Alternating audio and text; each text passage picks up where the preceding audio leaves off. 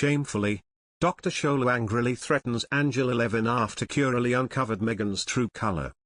Dr. Shola Mos-Shogbamimu erupted at royal biographer Angela Levin after claiming Meghan Markle opted out of the royal family because she wanted to lead.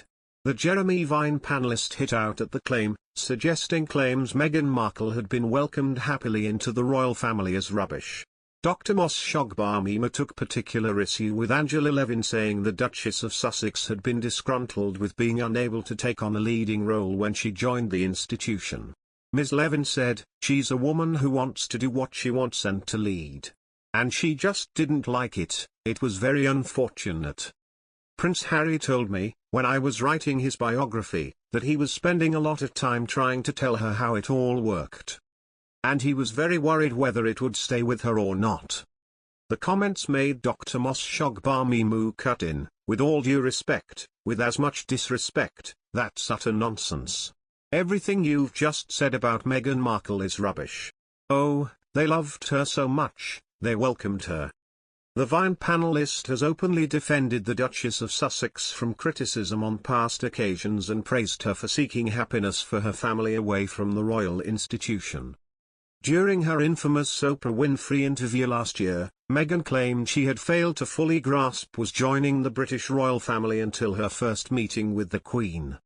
She said Prince Harry and Sarah Ferguson gave her a last-minute lesson in curtsying before she was introduced to Her Majesty, as she had been unaware she would have to curtsy.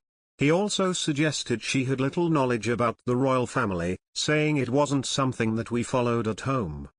She said, "I went into it naively because I didn't grow up knowing much about the royal family. It wasn't something that was part of the conversation at home." Talk show host Oprah Winfrey asked, "So you didn't have a conversation with yourself or talking to your friends or thinking about what it's like to marry a prince, who is Harry, who you had fallen in love with, and what it would be to be a part of that family? You didn't give it a lot of thought?" She said, "No. We thought a lot about what we thought it might be. I didn't fully understand what the job was. What does it mean to be a working royal? What do you do? What does that mean?"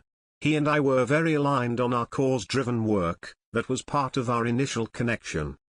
But there was no way to understand what the day-to-day was going to be like, and it's so different because I didn't romanticize any element of it.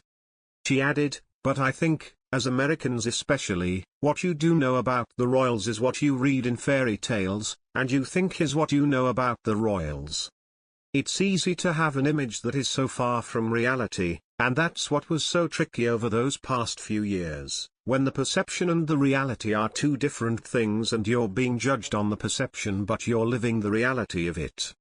There's a complete misalignment and there's no way to explain that to people." A royal biographer has said that Meghan Markle could learn from how the Duchess of Cornwall has navigated life in the public eye, despite the abuse she received at the start of her relationship with Prince Charles. Angela Levin, a royal commentator and author of several biographies of senior members of the family, spoke to GB News Today after Her Majesty gave her blessing for Camilla to become Queen Consort when Prince Charles ascends the throne. Comparing the two women, she described Meghan Markle, the Duchess of Sussex, as a difficult woman who is not somebody who wants to work as a team. In an interview with Eamon Holmes and Isabel Webster, she compared the Duchess of Cornwall to Prince Philip in his commitment to the Queen and her duties.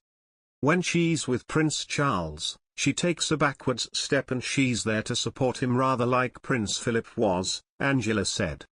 She doesn't try to interfere, she doesn't try to outsmart him, or rush ahead and shake hands with whoever is there, or rush ahead and